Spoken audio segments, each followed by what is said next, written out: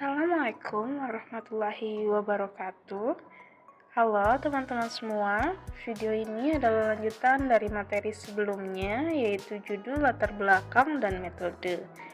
Pada pertemuan kali ini, aku bakal bahas perihal hasil, pembahasan, kesimpulan, dan juga abstrak. Teman-teman semua kemarin sudah menyusun latar belakang dan juga metode, termasuk di dalamnya ada tujuan dan langkah penelitian yang teman-teman lakukan. Nah, saat ini saatnya teman-teman menyusun hasilnya dan melakukan analisis mengapa hasilnya bisa demikian. Oke, sebelum masuk ke pembahasan, aku mau ingatin lagi dan lagi. Jangan pernah lupakan yang namanya kutipan. Wajib ada di setiap paragraf. Pendapat kalian tidak dapat berdiri sendiri dalam karya ilmiah.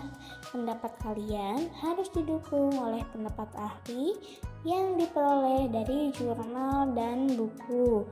Usahakan minimalisir sumber kutipan dari website, apalagi website yang tidak terpercaya.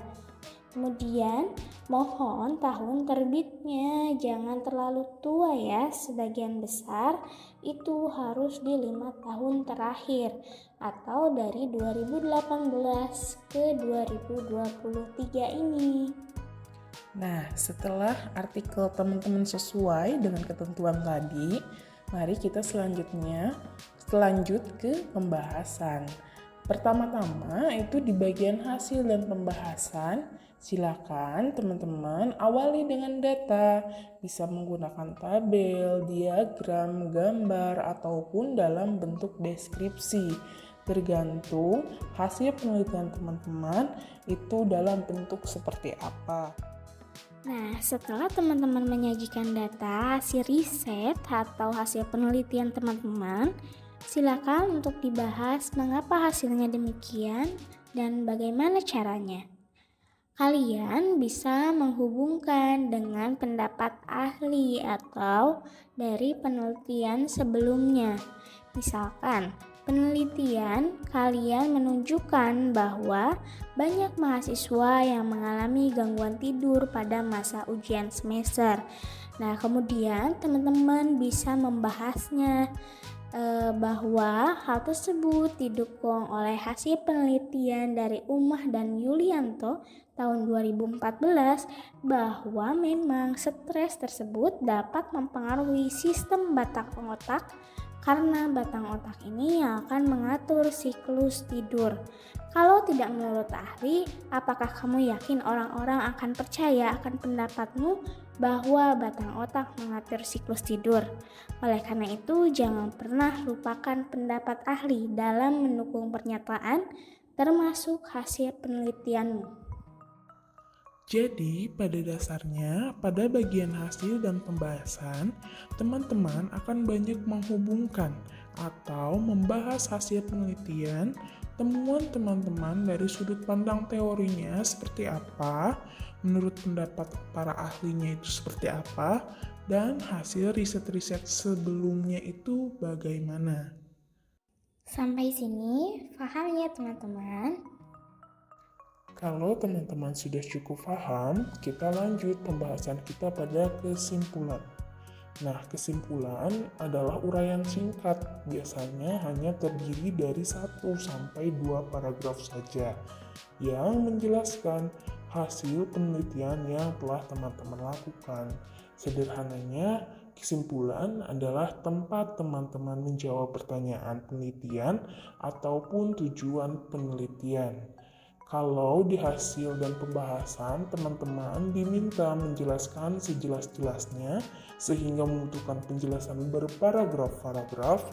Pada bagian kesimpulan, silakan teman-teman jelaskan sesimpel-simpelnya kesimpulan hasil penelitian teman-teman itu seperti apa.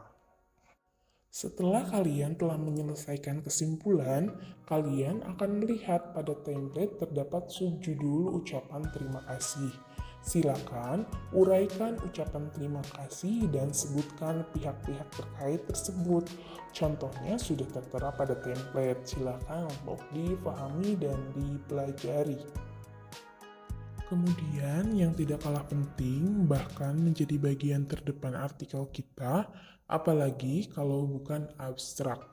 Meskipun terdepan, tetapi dalam pengertian artikel biasanya ditulis paling akhir, dikarenakan abstrak merupakan gambaran secara keseluruhan dari artikel, dari mulai pendahuluan sampai dengan kesimpulan. Nah, pada penelitian ini, kalau kalian perhatikan, di sana tercantum aturan bahwasannya dalam pelatihan kali ini, jumlah kata dalam abstrak tidak boleh lebih dari 150 kata. Jadi mohon dicatat ya teman-teman. Pertama, yang harus kalian tuliskan adalah tujuan dari penelitian. Misalkan penelitian ini bertujuan untuk memberikan gambaran tentang, menguji tentang, atau mengembangkan media bla bla bla, dan sebagainya. Kemudian silahkan di-spill tentang latar belakangnya apa dan menggunakan metode apa. Selanjutnya yang paling penting adalah uraian hasilnya seperti apa. Dan paling terakhir adalah satu kalimat kesimpulan dari penelitian teman-teman. Pada bawah abstrak terdapat kata kunci. Silahkan tuliskan 3 kata kunci dalam penelitian teman-teman. Fungsi dari kata kunci ini adalah memudahkan artikel teman-teman ditemukan dan muncul ketika kata kunci tersebut dituliskan pada Google Scholar ataupun mesin pencarian artikel ilmiah lainnya. Oke, mungkin itu saja materi pada video kali ini.